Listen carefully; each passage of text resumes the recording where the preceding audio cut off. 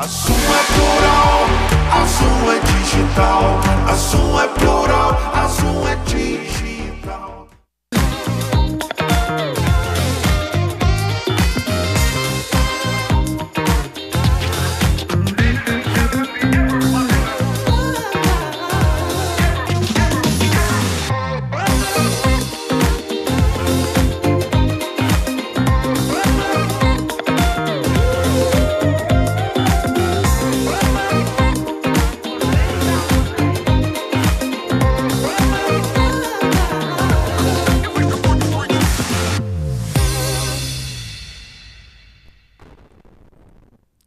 Olá, sejam todos muito bem-vindas a mais um programa, mais uma edição do Zoom Debate. E essa semana, como sempre, nós temos buscado trazer aqui temas que são temas de extrema relevância. E você, quando está esperando o programa, você fica lá na expectativa de ver e de saber qual o tema que nós vamos abordar. Nós não anunciamos, né, com antecedência, isso só numa chamada aí no dia, mas você fica esperando para com um controle, às vezes, à mão, para poder zapear a gente. Então, eu sempre falo, um pouquinho de paciência para a gente poder começar. E o tema de hoje, ele diz respeito a todos nós, porque diz respeito à sociedade como um todo, às mudanças, às transformações, e já vou passar para vocês o que significa. Hoje, então, iremos explorar um tema que impacta diretamente a vida de milhões de brasileiros. As inovações no direito de família, trazidas pelo novo Código Civil. As relações familiares estão constantemente em evolução, refletindo as transformações de nossa sociedade. Essas transformações e o ordenamento jurídico, elas precisam acompanhar as mudanças e garantir que os direitos e deveres no seio da família sejam ajustados à nova realidade. E o que mais existe hoje são as mudanças. Hoje a grande certeza que a gente tem são as mudanças. O direito de família é uma área com certeza fundamental, pois ela regula as relações entre cônjuges, pais, filhos e também trata das questões sensíveis, como separações, guarda de menores e sucessão. O novo Código Civil traz uma série de atualizações refletindo uma visão mais moderna, mais inclusiva sobre o conceito de família, ajustando normas que já estavam defasadas, o que não contemplava essas novas configurações. E é dessa forma que hoje vamos discutir como essas mudanças vão impactar o dia a dia das famílias. Por certo, você sabe se dentro da sua família, fora da sua família, mas nas suas relações, mas na sociedade, você já ouviu falar de muitas das questões que nós vamos abordar hoje. Desde o processo de divórcio até a guarda dos filhos e até mesmo o reconhecimento de novas formas de união. O nosso objetivo é trazer com certeza clareza sobre as novas regras que podem influenciar as relações e quais os direitos de cada indivíduo tem dentro desse novo cenário. E é dessa forma que nós estamos hoje trazendo aqui para vocês duas especialistas, as quais eu já apresento para você, que é a doutora Bianca Aguiar. Bianca é advogada, perita judicial, professora orientadora do Núcleo de Prática Jurídica da Universidade Cândido Mendes, Friburgo, desde 2004, e pós-graduada em Direito Civil e Processo Civil, com a qual eu tive o prazer de trabalhar e também de acompanhá-la quando ela fazia o seu curso de Direito. Bianca, seja muito bem-vinda, é um prazer ter você aqui com a gente e com esse momento bacana de você.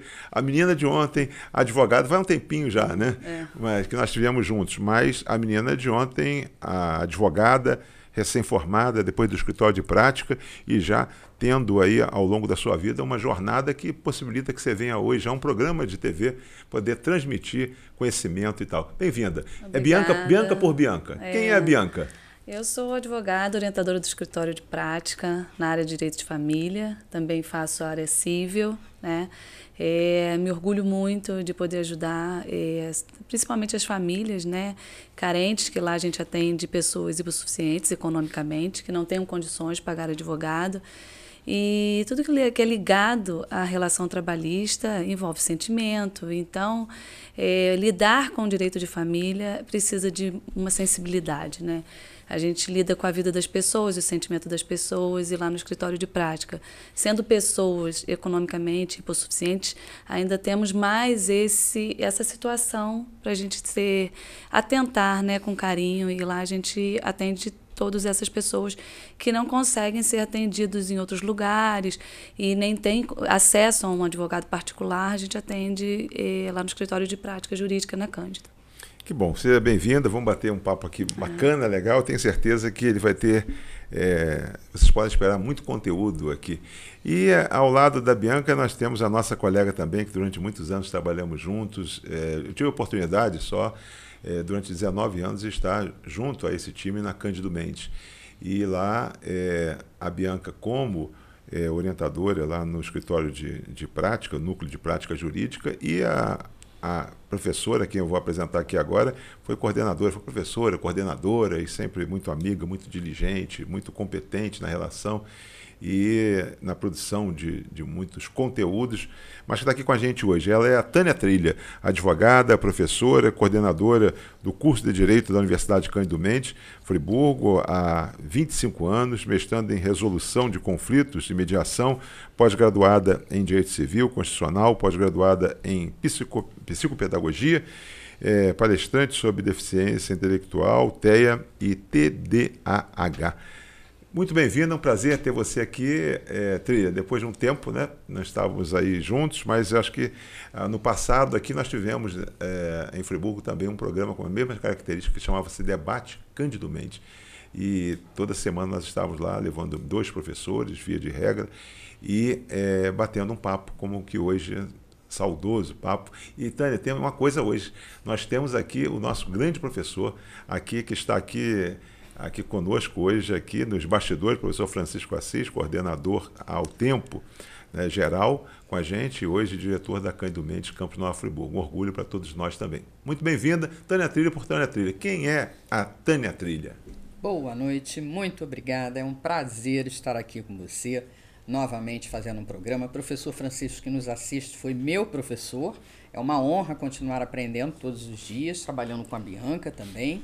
A Universidade de Cândido Mendes, você já esteve por lá conosco durante 19 anos. Vamos novamente abrir o curso de Direito no turno da manhã.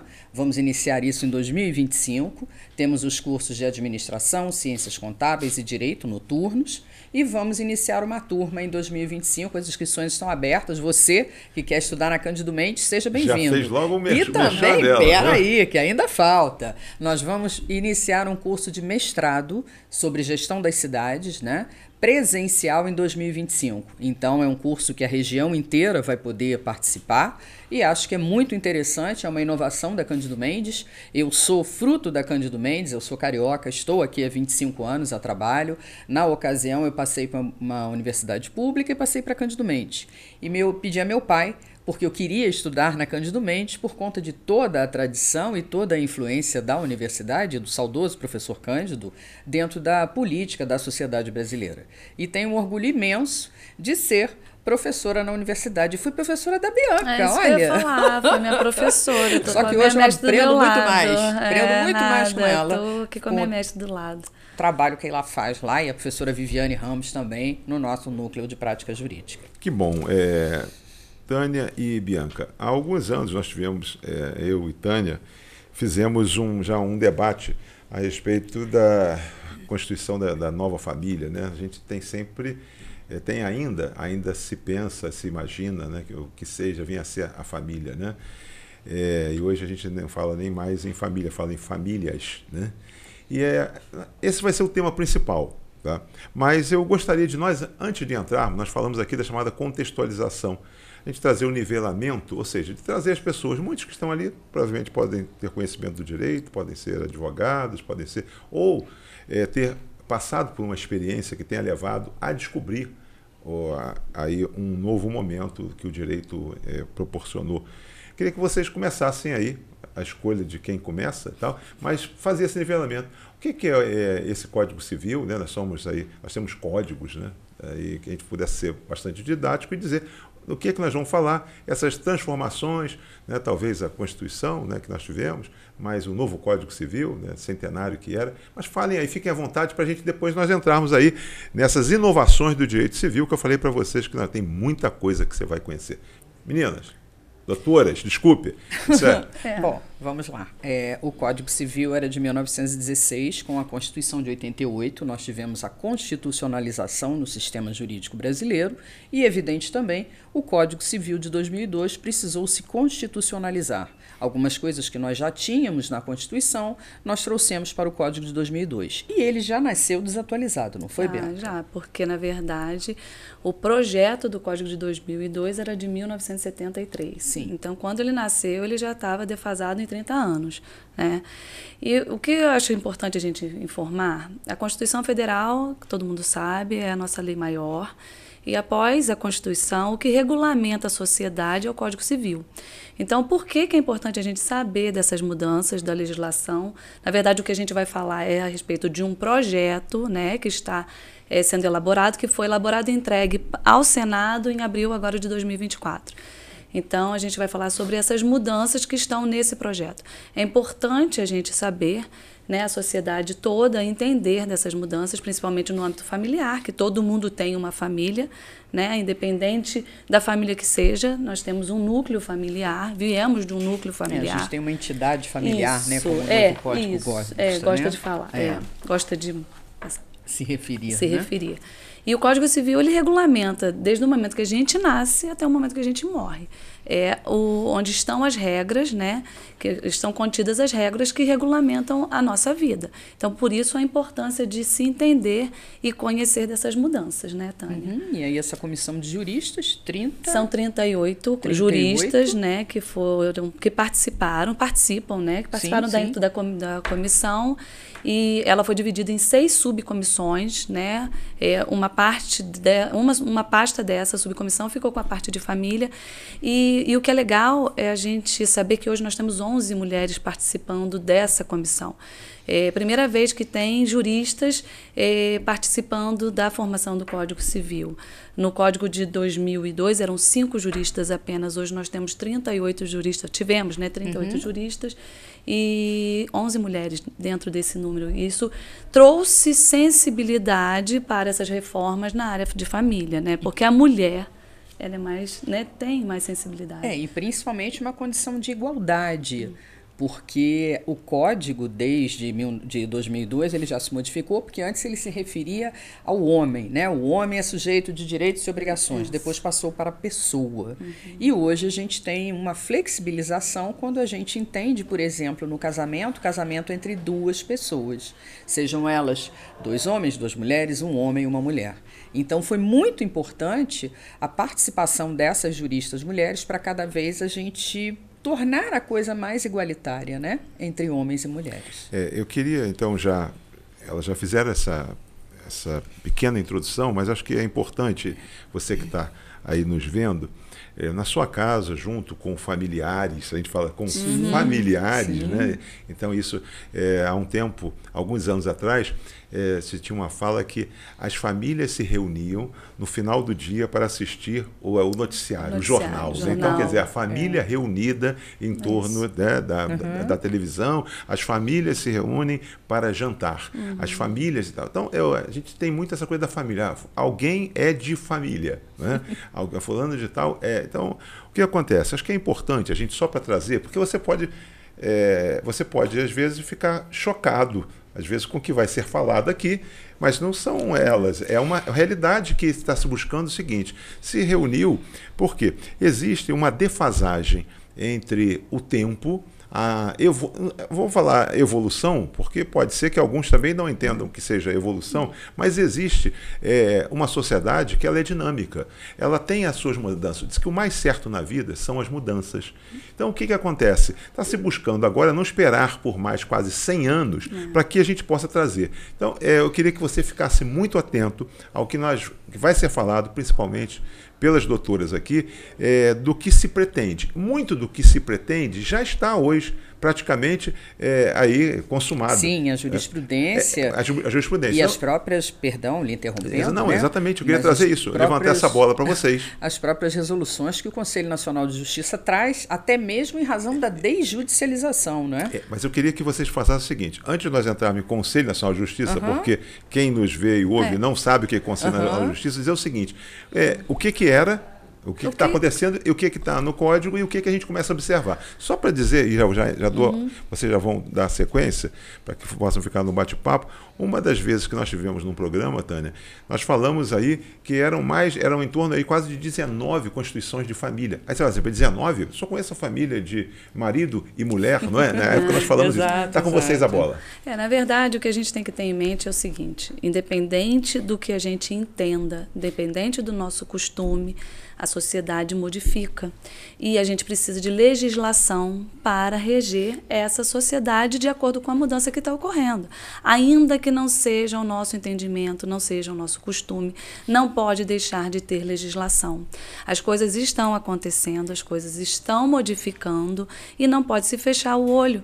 E tem que ter, sim, a legislação para contemplar o direito do ser humano. A diversidade. A diversidade, independente de a gente gostar ou não da mudança. Eu quis falar isso, você veio e você foi muito objetivo. Independente do que você vai ouvir, é o que hoje já acontece. Às vezes não acontece no seu círculo, né? Às vezes não acontece na sua comunidade, mas já está acontecendo e precisa de quê? É como dois times que estão entrando em campo, eles precisam quê? De um regramento, senão ninguém sabe para onde vai chutar, que horas que a bola sai, botou a mão é pênalti, ou que seja, depois tem que se regular isso. Nós somos sujeitos de direitos e obrigações, né? Então, se a gente todos tem o direito de ter uma lei que o ampare, né? E como hoje a gente tem essa modificação e não havendo a lei específica, o que aconteceu? Os tribunais tiveram que se adaptar. Eles não podem deixar de decidir. Daí o ativismo, né? O tão falado ativismo judicial. O que é ativismo judicial? Os tribunais, quando a gente tem uma ausência de legislação ou uma omissão do legislador, são os tribunais, conforme o próprio artigo 2º da Lei de Introdução às Normas do Direito Brasileiro, vai fazer com que o legislador julgue de acordo com a equidade, que é dar igualdade aos desiguais, de acordo com os princípios gerais do direito, os costumes, e, por vezes, o judiciário acaba, em tese, como algumas pessoas dizem, legislando. Extrapolando, né? Extrapolando, mas na verdade ele não está, ele apenas está suprindo a ausência, a omissão, não é, da lei. Um exemplo é o casamento, né? Nós ficamos por anos, né, só reconhecendo o casamento como uma união. E as pessoas não se casavam, se uniam, e aí o que acontece? A Constituição Federal veio e reconheceu a união estável. Teve que reconhecer, né? Não poderia. Não pode, né? A questão religiosa, não pode. Mas existia. E aí tem que ter uma lei que os ampare, ainda que não seja um entendimento de cada um, de certo ou errado, mas tem que ser contemplado. Eles também têm que ser contemplados com uma legislação. E hoje a gente, na verdade, ainda que a Constituição, né, tenha, né, no texto, no artigo 226, o Código Civil hoje reconheceu a união estável, inclusive como um Estado civil, porque antigamente a gente tinha ainda 5 estados civil, né? Isso. O solteiro, casado, separado judicialmente, divorciado e o viúvo. Hoje eles reconheceram a união estável como um Estado civil nesse novo projeto. Hoje é o convivente. Seu Estado Civil será convivente. Convivente. Isso, porque em função da convivência. Da convivência. Porque nós não somos companheiros como todo mundo diz, né? Diz. Companheiro você meu companheiro, minha companheira, meu amigo. Nós que vivemos em união estável, as pessoas que vivem em união estável, elas são conviventes. Então, o projeto do novo Código contempla um novo Estado Civil, né, Bianca? E o que é o de convivente. Porque o que acontece? Constava o quê? A pessoa ela tinha a união estável e estava como solteiro o Estado Civil dela. Em toda a documentação. Vai fazer uma compra, né, de um imóvel. Você vai a um evento social. Quem é que está do seu lado? E qualquer documento consta como solteiro. Casado, quando você vai qualificar a pessoa, o Estado Civil dela, solteiro. Mas ela vive em união estável. Hoje, com esse projeto, o novo projeto, vai estar lá convivente. Esse aqui era um dos temas que nós íamos abordar, mas vocês já entraram e vamos dar sequência. Então, por quê? Vamos falar então do casamento. Para poder exemplificar, para entender. Vamos falar já do casamento, depois vamos falar de filhos, vamos falar de divórcio, vamos falar das separações, vamos falar do registro dos bens, vamos falar de tudo isso. Tem muita coisa, hein, gente? Aqui não tem intervalo, segura aí. Né? Não dá para ir à cozinha e pegar, não, porque senão você perde um pouquinho. Então, hoje também eu vi aqui com relação à mudança, que queria que você falasse também com relação a essa coisa da união estável. Porque tem aquele que apenas está convivendo e que não tem nenhum documento, tem aquele que eu vi aqui que vai e faz um documento ou particular, e tem aquele outro que vai ao cartório e reconhece aquilo. E a gente tem que falar também na repercussão com relação a filhos, com relação a bens. Então, aqui já entra nisso, na questão do casamento. Porque daí a gente começa, fiquem à vontade para a gente dar sequência ao que vocês iniciaram. Foram vocês que furaram o meu roteiro. Tá? Não, porque a união estável, às vezes, na maioria das vezes, nós advogados temos uma série de problemas, porque as pessoas se unem e não fazem nenhum documento.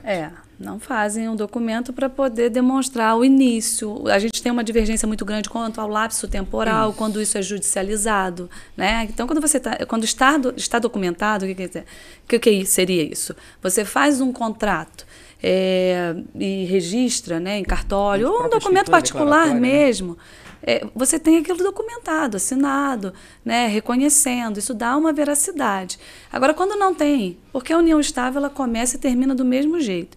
Vamos nos juntar, vamos nos separar. Então, fica difícil para comprovar. Então, é importante hoje essa questão, é um fato, né, essa mudança foi muito pertinente, boa, né? pertinente. O novo código dispõe sobre isso, né? O projeto, na verdade, dispõe que aqueles que não têm isso regularizado no cartório através de uma escritura não vai surtir efeito contra terceiros.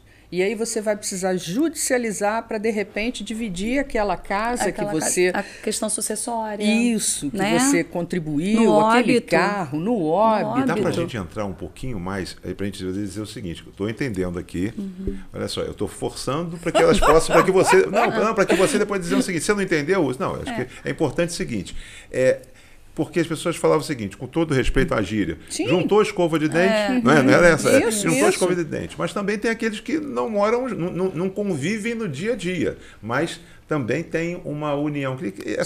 Eles amealham patrimônio, tudo isso. Por favor. E o ideal realmente é que tenha isso documentado. Isso é fato, né? Documentado de que forma? No casamento, a gente tem ali a certidão de casamento, que diz que está casado. Na união estável, a gente não tem um documento. Né? E o ideal é que faça um documento, vá ao cartório, se quiser registrar, é o melhor, porque existem duas situações que tem que estar registrado em cartório. Como é que registra? Ele chega lá e diz o quê? Não, através de um advogado, né? Vai elaborar o contrato de união estável e vai registrar. O que é isso? Você vai tornar público, porque está lá registrado no cartório, todo mundo tem os documentos e pede ao tabelião, o oficial do cartório, que você quer fazer uma escritura declaratória de união estável, do João e da Maria. Porque o simples contrato que a gente às vezes tem, que em alguns momentos daria um direito ao INSS, né, primeiro administrativamente e tal, e pelo novo projeto não vale. Eles criam 2 tipos de uniões estáveis. Essa, do lado de fora da lei, onde você tem um simples contrato, e aí acontece o rompimento ou acontece a sucessão de um dos conviventes, você terá que ter um advogado para que esse advogado entre com o reconhecimento e dissolução da união estável, ou apenas o reconhecimento e a partilha dos bens, não é, Bianca? Isso. E, com o novo projeto, se determina que haja uma escritura lavrada em cartório. E essa escritura, sim, te dará o status de convivente e dali você está tão documentado quanto aquele que casou no registro civil das pessoas naturais, que tem a certidão de casamento. Equiparou. Na verdade, que não tenha o direito à união estável, mas a questão sucessória, vai ser por maior, exemplo, né? Para estar documentado numa certidão de óbito do cônjuge, do convivente que faleceu, tem que ter esse documento para declarar como convivente. É só uma dúvida, porque quem está ali, eu faço o papel de quem está ali, não tem condição de... Apesar que tem o Marconi colocando aí, Marconi, os telefones aqui. Se você não tiver a oportunidade, naturalmente, de falar, você pode escrever e a gente remete também as dúvidas para vocês e depois, por favor, a gente pede para que vocês retornem aquelas pessoas, coloquem ali o contato. Mas o que inibe a pessoa? Quer dizer, tem gente que fala o seguinte, não, eu não quero casar. Tá? Eu não quero casar. Eu não quero casar. Então o que acontece? Você não vai casar, vai viver. Mas quando você agora vem e diz que o melhor seria o melhor dos mundos, qual é a diferença praticamente do que tem gente falando, não quero casar? Na verdade, esse novo projeto, ele deveria, na verdade, isso deveria... É um retrocesso, né? Deveria ter aceitado um documento particular, claro, para ir num cartório registrar o óbito e ser aceito, sim, mas não foi. Isso na verdade estamos num projeto ainda. Né? Pode ser que se altere aí em função... A primeira leitura, não te interrompendo, né? Mas a primeira leitura no Senado, eles modificaram. Mas alguns debates ainda vão ocorrer. Virão. E talvez até em razão da praticidade que isso vai gerar para a sociedade. Né? Porque, Tânia, na verdade, a intenção dessa mudança é para desburocratizar. Sim, sim. Entendeu? Por exemplo, em outras situações que nós vamos falar, hoje você vai ao cartório e modifica a filiação. É isso. Mas nesse caso da união estável, ficou um pontinho aí que conseguimos avançar na questão do Estado Civil? Sim, porque isso foi importante. Sim. No entanto, a questão do documento estar registrado, porque tudo que é ligado ao cartório, que você tem que fazer no cartório de registro de pessoas, tem um custo. Por que as pessoas não casam e se unem? Não é barato casar. Não é. Não é só festa, casamento. Hoje você ir ao cartório é caro. Por isso que as pessoas fazem os emolumentos e taxas e custas judiciais mais caros, né? De todos os estados da federação. Então isso é um inibidor. Por isso que eles fazem, muitas vezes, fazem um movimento para fazer o casamento mutirão para casar gratuitamente. Você vê isso até no consultório de prática, isso né? Aí, não é barato. Aqui, doutora, vamos então falando agora das novas famílias, só não é para trazer curiosidade, é para constatar o que está acontecendo. Então, nós estamos falando aqui da união estável, mas hoje nem sempre o que vinha sendo, né? Marido e mulher, unido o homem, como vocês falaram. Quer dizer, hoje tem o avô, tem o tio, tem do mesmo sexo. Começa a colocar isso só para a gente poder trazer e desdobramentos disso aí, por favor. Agora, é importante ressaltar que o código, nessa alteração, nesse novo projeto, ele modificou. O casamento será realizado antes do projeto, entre homem e mulher. Hoje ele mudou para 2 pessoas. Ele seguiu o que a jurisprudência já determinava, né? Isso. Então, assim, não se aceita ainda uniões acima de 2 pessoas nesse novo projeto. O poliamor, o trissal, isso não está legitimado. Não está legitimado. Mas aqui diz o seguinte: a regulamentação do casamento entre pessoas do mesmo sexo, né, reconhecida pelo STF, ou seja, isso não está... já se reconhecia. Reconhecia, mas agora vai virar texto de lei. Texto de lei. Olha só, então não está na lei. O Supremo Tribunal Federal reconheceu que você pode unir pessoas do mesmo sexo. E como hoje como está constando no novo projeto?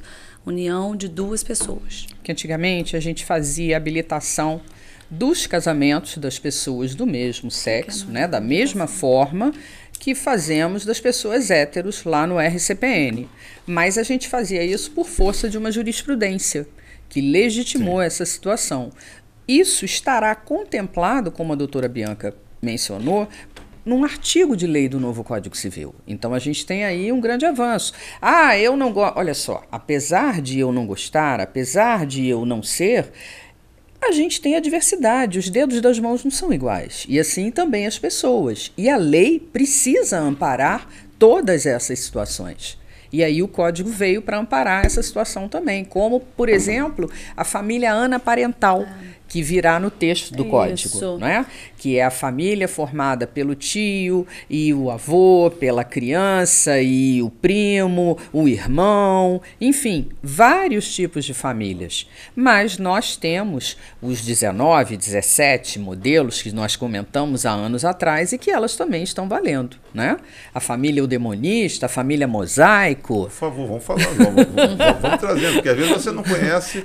Porque não necessariamente necessariamente você precisa morar sobre o mesmo teto, estar na mesma casa para que aquele seu convivente tenha uma união estável com você.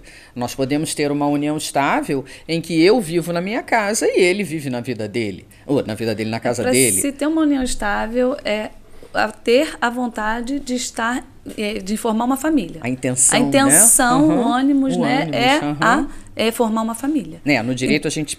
Doutor sabe, né, que a palavra ânimos significa intenção. Então é a intenção de formar uma entidade familiar. Independente de estarem juntos, no mesmo teto, sob o mesmo teto ou não. Isso não. Eles comungam esforços para as responsabilidades, para a aquisição de patrimônio, realização de contratos. Eles formam uma união estável.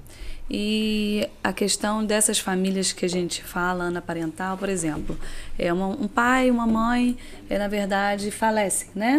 Ficam os filhos. Ali não tem mais uma família, tem uma família. São os irmãos ali, unidos, para formar uma família. Um núcleo familiar, é uma entidade familiar. É uma entidade. Vamos falar do divórcio, né? O que a gente tem do divórcio? Novidade no divórcio? Novidades, ou o que é o divórcio hoje ainda, ou as novidades, o que já acontece? Separação, aquela coisa antigamente era litigiosa, isso, né? Separação de fato, para conseguir... Esperar um ano. Exatamente.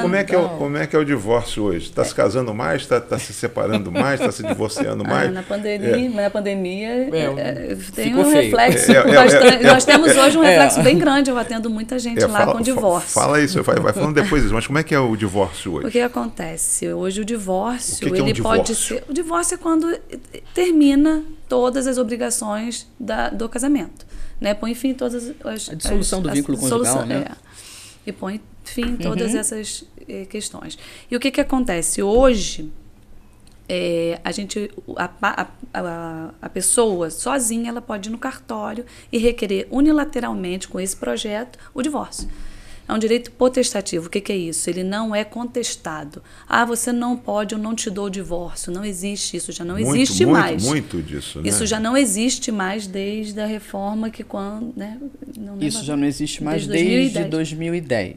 A gente podia pedir administrativamente o divórcio. E judicialmente também, mesmo judicialmente, o outro cônjuge, ele não poderia falar que não ia conceder porque não queria. Porque é um direito potestativo. Eu não quero estar casada. Quando um não quer, dois não vão estar casados.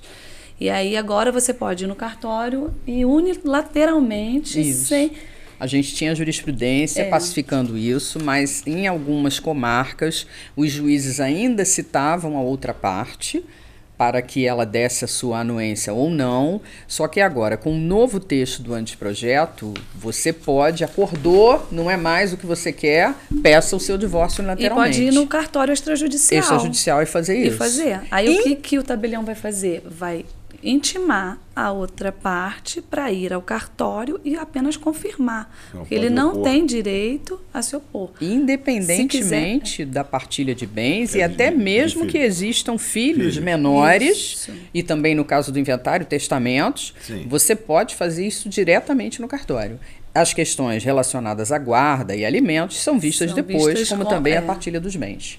Aqui a gente fala algo aqui que me chama a atenção, e acho que tem tudo a ver, quer dizer, a proteção jurídica aos vínculos afetivos, essa coisa do vínculo afetivo. Eu queria que vocês falassem isso. Acho que isso me chama muita atenção, vínculos afetivos. A gente hoje, quando um casal acaba uma família, né, extingue, né, o vínculo familiar, e quando eles se unem, normalmente levam com eles filhos, né? Aí um casal, né, o marido forma uma nova união, casam, cada um tem seus filhos. E aí aquele pai assume os filhos da esposa, a atual esposa, como filho fosse. E aí hoje a jurisprudência já vem decidido nesse sentido. Ele pode colocar o nome dele na certidão de nascimento daquelas crianças como pai deles. É a socioafetividade, mas aí a gente tem um retrocesso. Porque o projeto do novo código... A forma. Pois é. A forma do reconhecimento. Só um pouquinho voltando.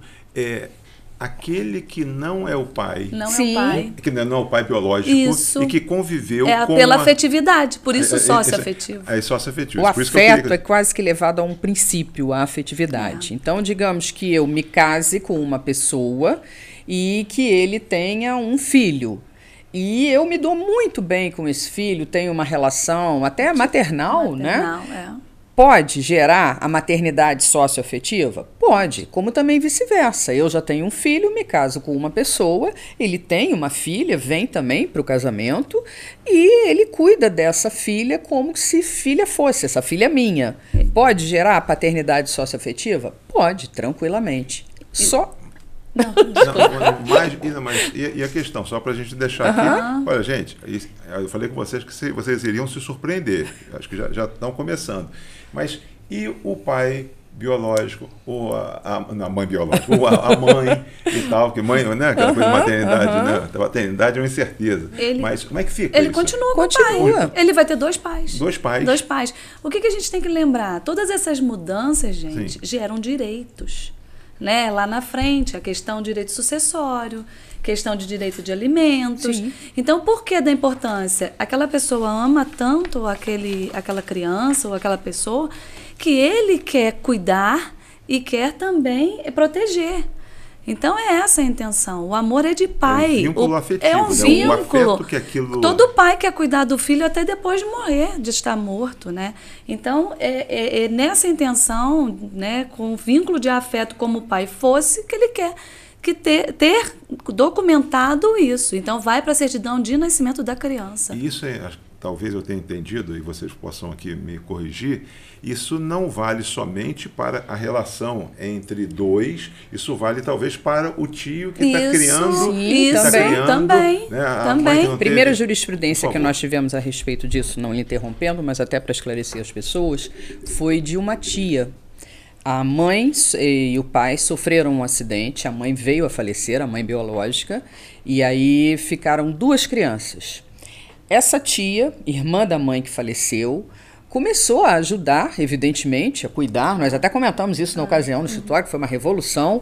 O que aconteceu? Com o tempo, essa criança passou a entender que essa tia era também a mãe dela. E aí, ela então, só que nesse caso foi com a maioridade só. Ela, ao atingir a maioridade, ela requereu que constasse o nome da tia como mãe dela. E aí, então, a gente teve legitimada no direito brasileiro a maternidade socioafetiva. Quer dizer, o princípio da afetividade sopesou, né, passou por cima da lei vigente e deu a essa moça o direito de ter. E aí, por que não dar isso ao pai?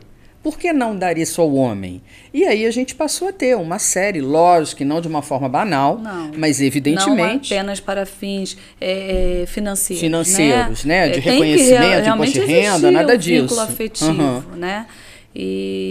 Só que o código, a nova reforma, não contemplou a desburocratização. Isso. Porque hoje, só com a reforma vai ser aceita a partir dos 18 anos aí da cartório. Quer dizer, a gente tem um retrocesso. Não vamos entrar nisso lá na frente, mas eu queria, falando em casamento, algo que às vezes fala-se o seguinte, casar é caro e outra coisa, dá problema, porque quando é meu bem para lá, depois meus bens para cá, meus bens para lá. Né? Então hoje, antes se casava pelo regime da comunhão, aquela comunhão parcial de bens, universal de bens, né? Você é mais nova, calma, Bianca, teve isso já. E depois comunhão parcial. E hoje se fala também na mudança de regime, que a pessoa vai poder aqui. Como é que é isso? Porque antes poderia mudar no curso do casamento, Sim. mas teria que ser judicializado. Sim. Hoje você, com essa reforma, nesse novo projeto, você pode ir ao cartório e modificar o regime. Mas olha, e aquilo que vocês, ao tempo, vocês construíram, foi comum, é uma situação. Doutor Roosevelt, eles vão em comum acordo. Com certeza isso vai ser decidido em comum acordo. Não vai ser uma circunstância unilateral. Não é no unilateral. Mas né? só para dizer que essa também é algo que chama. Tá só que não precisa judicializar. Isso. Quero mudar é um avanço, meu regime. É um avanço. É vontade das pessoas. em alguns casos e avanço em outros. Porque a gente vontade das contratualiza, partes. Né, a situação dos regimes. Em um momento, em um período, nós adquirimos aqui juntos, então ficamos no sistema de meação. Até aqui. Até aqui. Daqui para diante, a gente passa para a comunhão parcial. Então, a gente é meieiro e herdeiro. Né? As coisas se modificam. Isso naturalmente, você às vezes penso que isso vai depender de regulamentação, não vai ser uma coisa tão simples. Isso ainda é um projeto, mas a gente tem que olhar, né, com um avanço, olhos de esperança, também, né? Aqui a gente fala outra coisa que é o seguinte, a questão da evolução, algumas coisas que justificam, né? Nós estamos vivendo um mundo tecnológico, não há retrocesso quanto a isso, né? Quer dizer, a constatação disso. Então, por exemplo, olha só, aqui nós estamos falando adequar a lei ao momento atual da sociedade, incorporando saberes já consolidados, atentando à evolução tecnológica que mudou a dinâmica da vida de todos e aos anseios de quem busca ver assegurados novos direitos, né? E outra coisa, trazer também dentro disso a pauta de costumes, né? É fonte do direito. O costume, né? É fonte do direito. É importante que a gente não esqueça disso.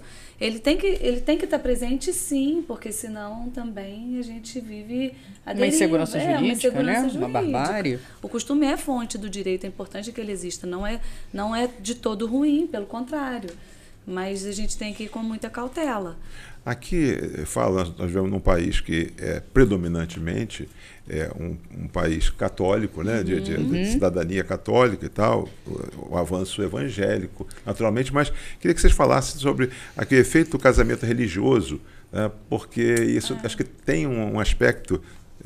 Querem que eu faça? Não, na verdade, a gente, na verdade, não é mais habilitação. Modificou o nome do processo perdeu o projeto a oportunidade de conferir segurança jurídica a quem opta por celebrar o casamento perante uma autoridade religiosa em positivo que, para emprestar efeito civil, a este ato é necessária prévia habilitação perante o cartório de registro civil ou procedimento pré-nupcial. Que agora é chamado procedimento pelo projeto, procedimento pré-nupcial. O que acontece? Para a gente casar, a gente tem que pedir liberação.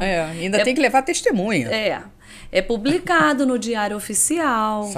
Esse processo de habilitação, né, hoje e procedimento pré-nupcial no novo projeto, ele é feito perante o juízo, né, nas comarcas, e publicando no Diário Oficial a autorização, porque tem que verificar se há impedimento, várias coisas, né? E aí, saindo no Diário Oficial, você vai poder casar. Saiu a sua habilitação para o casamento. O projeto é no sentido de que poderia ter contemplado. Casou no religioso, já estava casado civilmente. Não precisaria. Né? Você só levava lá, fazia o registro no cartório, no registro, pronto. Mas não, vai eles ter perderam, né? Quer dizer, tomara que mudem, né? Mas perderam a oportunidade. Porque vai ter que continuar com agora esse apesar dessa autorização pré-nupcial, em algum momento, né, eles informam que vai poder ser feita até pela internet, que vai ser mais rápida, não vai ser tão demorada, não vai ter que ter a publicação dos editais 15 dias, né, em cada comarca. Se moram os noivos em comarcas diferentes, é 15 dias na comarca de cada um, na cidade em que cada um vive. O novo projeto fala de uma celeridade. Entretanto, deixou de contemplar a questão do registro. Porque se você casou no religioso, era só você levar aquela certidão de casamento ali do padre, lá no cartório do RCPN, lavrava e pronto. Mas não, vai continuar da mesma forma. Deixa eu trazer aqui um comentário, aí queria ouvir de vocês, com relação a multiconjugalidades, né? Aqui fala o seguinte: o projeto manteve a postura machista e sexista que reina na sociedade, ao continuar conivente com quem mantém mais de uma entidade familiar. Como são os homens que constituem famílias simultâneas e uniões poliafetivas, eles vão continuar contando com a proteção da lei. Aí as meninas agora, porque a Bianca falou lá atrás de 11 juristas participando, 11 mulheres participando dessa grande comissão dos 38, que eram 5, houve uma evolução de mais de 100%. Mas essa questão aqui, um pequeno comentário só para a gente poder passar, porque muita mulher aqui ouvindo a gente, com certeza, no programa. Na verdade, independente de entendimento ou não, né, a minha posição ou não. Sim, mas Existem famílias que têm, a outra família tem conhecimento da família. Relações simultâneas. Relações simultâneas mesmo, assim. O marido, ele vive como casado fosse com uma família A e vive como casado fosse com a família B. Não é casado porque não pode, né? Porque é proibido pelo nosso ordenamento da bigamia. Mas existe. Mas tem uma Mas reconhecido como família mas e isso uma não união, foi, uma união. Mas no novo projeto isso não foi contemplado. Não foi é contemplado. reconhecido, manteve a posição do código anterior que a família é a monogamia. É porque a gente tem algumas jurisprudências reconhecendo essa relação extraconjugal, principalmente quando existe a boa-fé. A boa-fé. Hoje, Roosevelt, a gente trabalha com o caso concreto. O direito não é uma solução estratificada. A gente vai analisar cada situação, cada circunstância. Então, se você tem uma menina que mora lá no interior e aquele viajante, aquele representante comercial está toda semana por lá, começa a ter um namoro com essa menina e, de repente, ele forma uma união estável, o pai permite, ele vem a falecer. A menina toma conhecimento e vem até o velório. Como é que isso acontece? Qual o direito dessa menina? A família, evidentemente, não vai querer, mas a jurisprudência tem entendido que essa boa-fé dessa moça faria com que ela tivesse direitos. Só que o novo código entende que não, né? Não. Não aceita, né? Continua mantendo a mesma posição anterior. E isso a gente tem até em estatísticas do Instituto Brasileiro de Direito das Famílias, o IBDFAM, que eu sou associada, então a gente tem várias estatísticas lá sobre isso. É difícil a gente falar, mas é mais principalmente na questão do INSS. Sim, né, sim. E do direito sucessório. Exatamente, que aí elas têm direito às duas, né? Só que é mais uma postura masculina. E isso já é decidido dessa Sim. forma. E não veio na alteração, né, no novo projeto. Eu queria falar de enteados, né? Porque enteado acho que é algo que vocês falassem um pouco do que se tem alguma coisa aqui que a gente possa trazer com relação a enteados, que fala com relação ao vínculo que se estabelece entre filhos com o cônjuge ou companheiro de um e seus genitores, o projeto comete 2 pecados capitais. Coloca aqui, autoriza a inclusão extrajudicial de nome do padastro, Tem 18 anos, com 18 anos, e traz uma afirmação das mais descabidas e perversas ao afirmar que o relacionamento dos enteados com os cônjuges ou companheiros de um dos pais não decorre por si só e necessariamente vínculo de filiação socioafetiva. É incongruente, né? Totalmente, né? Porque, na verdade, ele reconhece a socioafetividade, autoriza o reconhecimento, no entanto, retrocede porque o CNJ já decide que com 12 anos a criança e os pais podem ir lá e reconhecer.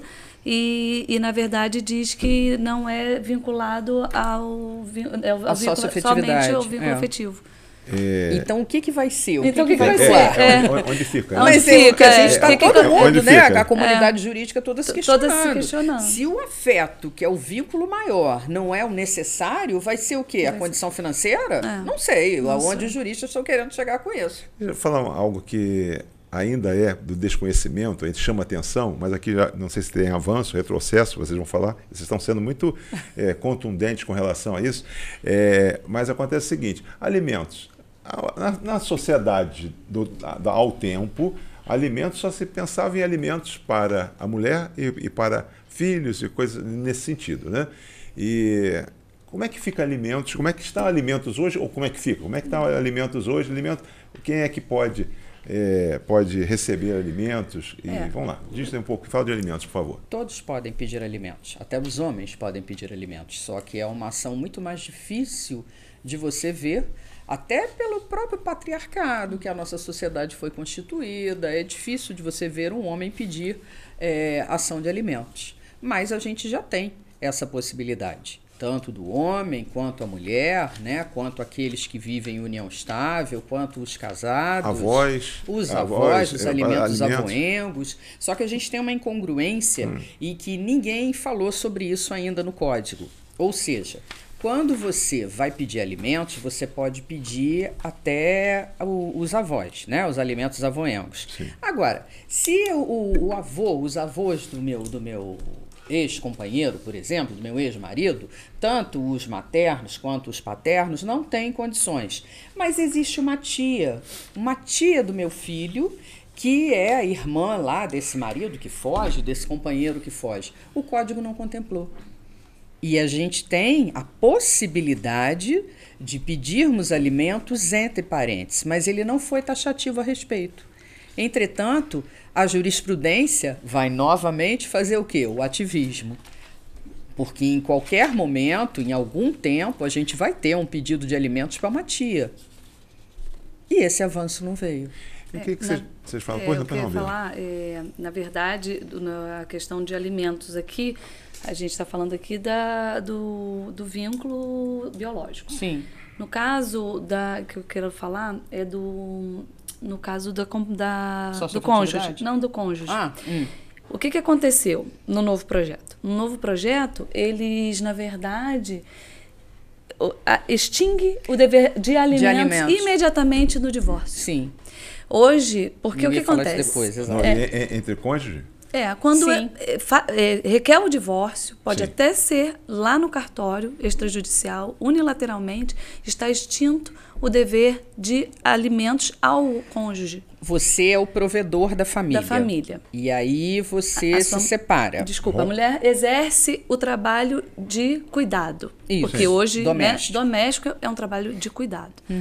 Né? E ela extingue ali o vínculo do casamento, ela acabou e não tem mais obrigação de pagar os alimentos, desde que seja requerido através de uma ação de alimentos própria.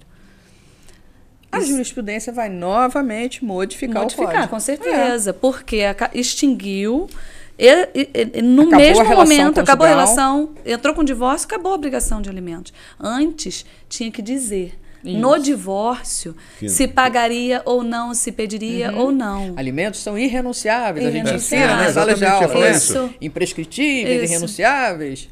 Agora extingue a obrigação de alimentos. Eu penso que é uma linha muito tênue. Deverá comprovar a necessidade. Isso depois através de uma ação própria. De uma ação própria. Mas enquanto não dá entrada nessa ação, então, como é que só vai ficar? Saber, se for no cartório, isso fazer no novo projeto. No novo projeto, tá? Ainda não é lei. Sempre lembrando. A maior parte do que nós estamos falando aqui, 80%, 70%, é o que está para acontecer, mas que já é uma realidade na sociedade. É bom que... A maior parte aqui do que nós falamos já é contemplado pela jurisprudência. Perfeito, só para a gente poder dar uma arredondada.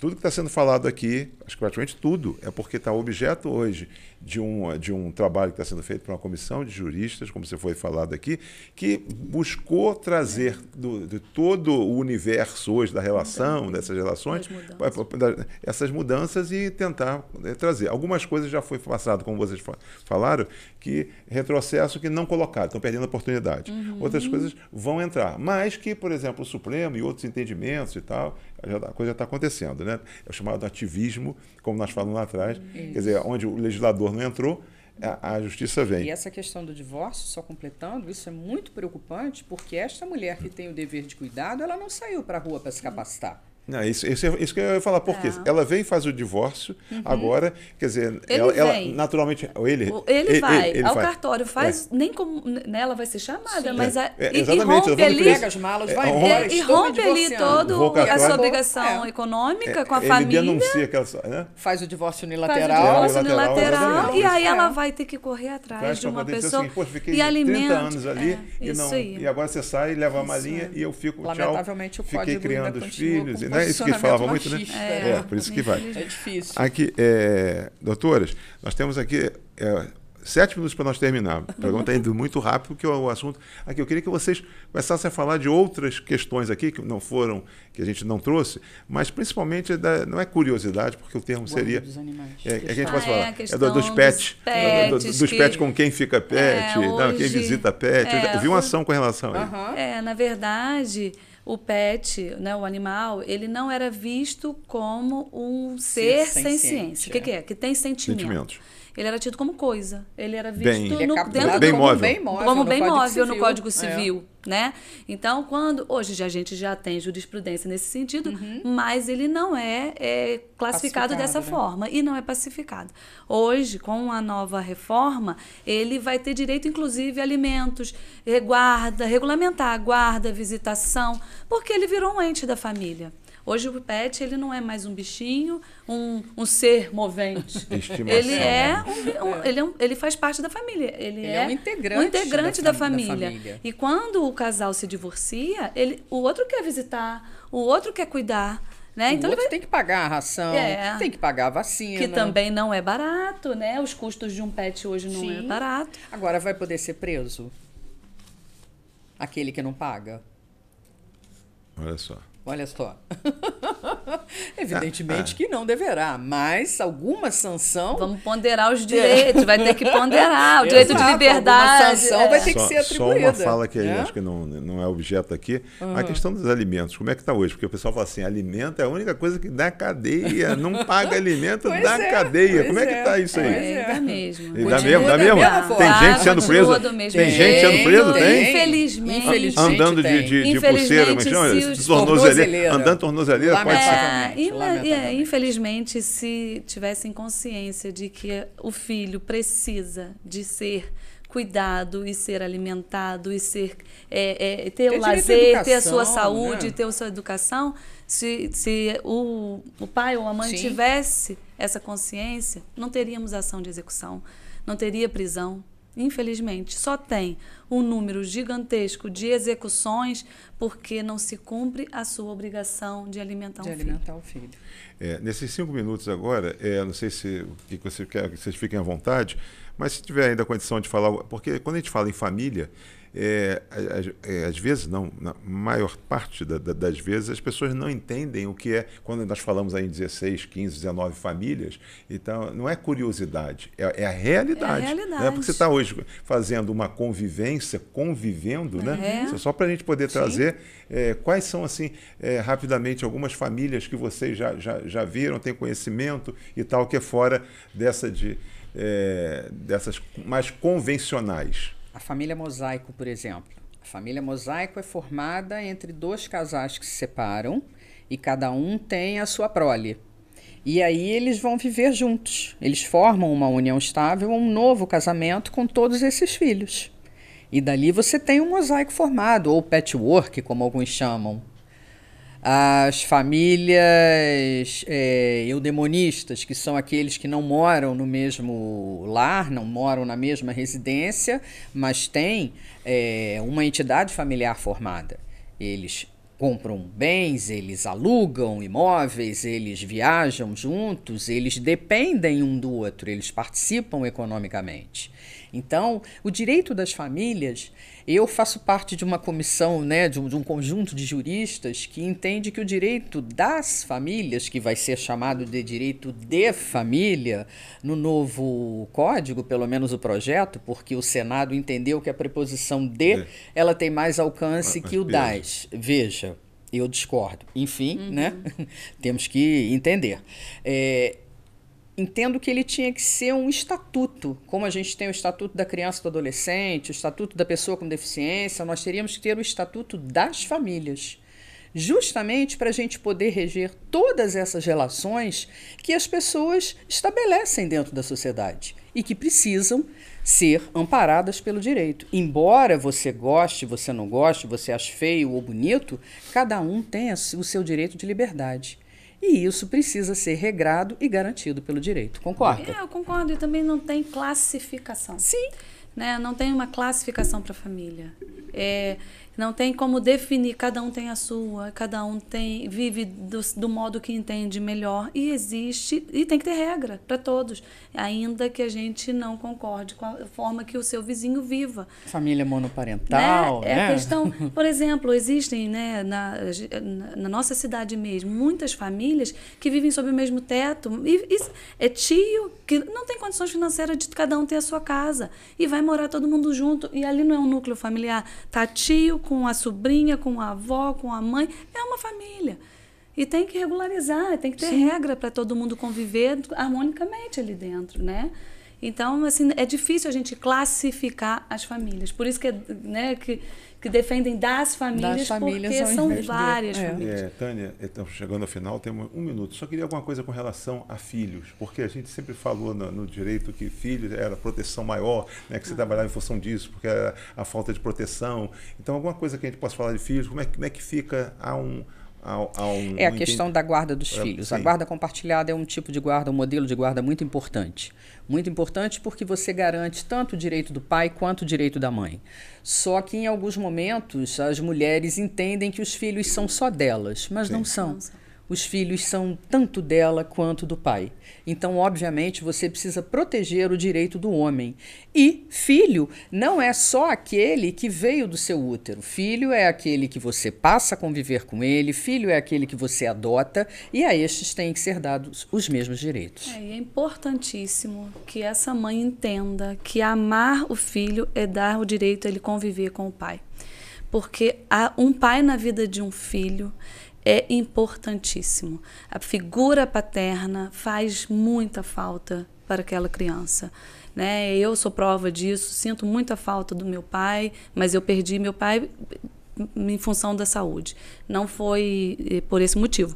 E eu digo, o homem na vida de um filho, ele vai formar na formação, é insubstituível. E tirar o direito desse filho é uma crueldade. Eu tive um pai maravilhoso, sinto falta dele todos os dias. Eu comentei muito com você, o professor Francisco também, a própria Bianca, mas também as famílias monoparentais, as mulheres que resolvem ter uma produção independente, como os homens também, porque a gente tem um avanço na estatística, muitos homens estão tendo as suas proteções ou as suas criações individuais, né? As suas filiações individuais, eles também têm que ser protegidos.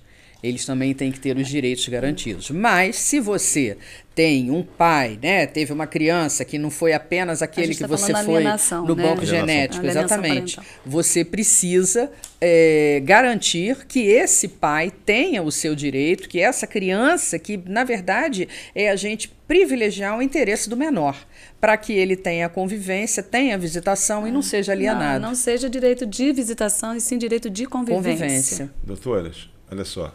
Acabou? Que pena. 1 hora e 1 minuto passando. Marconi está ali falando com a gente que passou. Marconi, deixa a gente falar mais um pouco. Passou 1 minuto, mas acho que foi, com certeza, foi muito elucidativo, mesmo que tenha sido. Acho que o propósito do programa é nós trazermos o debate, por isso que chama-se Zoom Debate, trazemos hoje, com certeza, você que esteve conosco, recomende o programa, dê aí, está vendo pelo YouTube, está vendo ou ouvindo pelo Spotify, para onde for, qualquer uma dessas plataformas, é importante que você possa aí disseminar, democratizar o que a gente fala aqui, o conhecimento.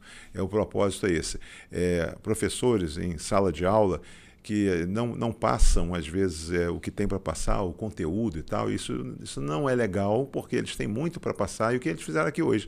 2 professores que vieram até aqui e democratizaram, trouxeram parte desse conhecimento, que a partir de agora também cabe a você se interessar, fazer suas pesquisas, conversar e levar para a mesa também de debate. Independente se você gostou ou não gostou do que foi falado, é o que acontece. A sociedade de Friburgo, Teresópolis, Petrópolis, onde nós temos o nosso sinal que vai direto e para outras 100 emissoras, hoje num pool de emissoras que nós fazemos parte na Sul TV, na startup lá em São Paulo, é isso, tá? Essa é a diversidade da sociedade que nós vivemos agora. Queria agradecer a você, agradecer a professora Tânia, a professora Bianca, que esteve, o professor Francisco, que está aqui com a gente, sempre nos inspirando, e agradecer a todos vocês e pedir que na próxima semana vocês estejam aqui novamente, porque nós traremos um tema de muita relevância e de muito impacto, com certeza, acima de tudo social. Um grande abraço e até lá.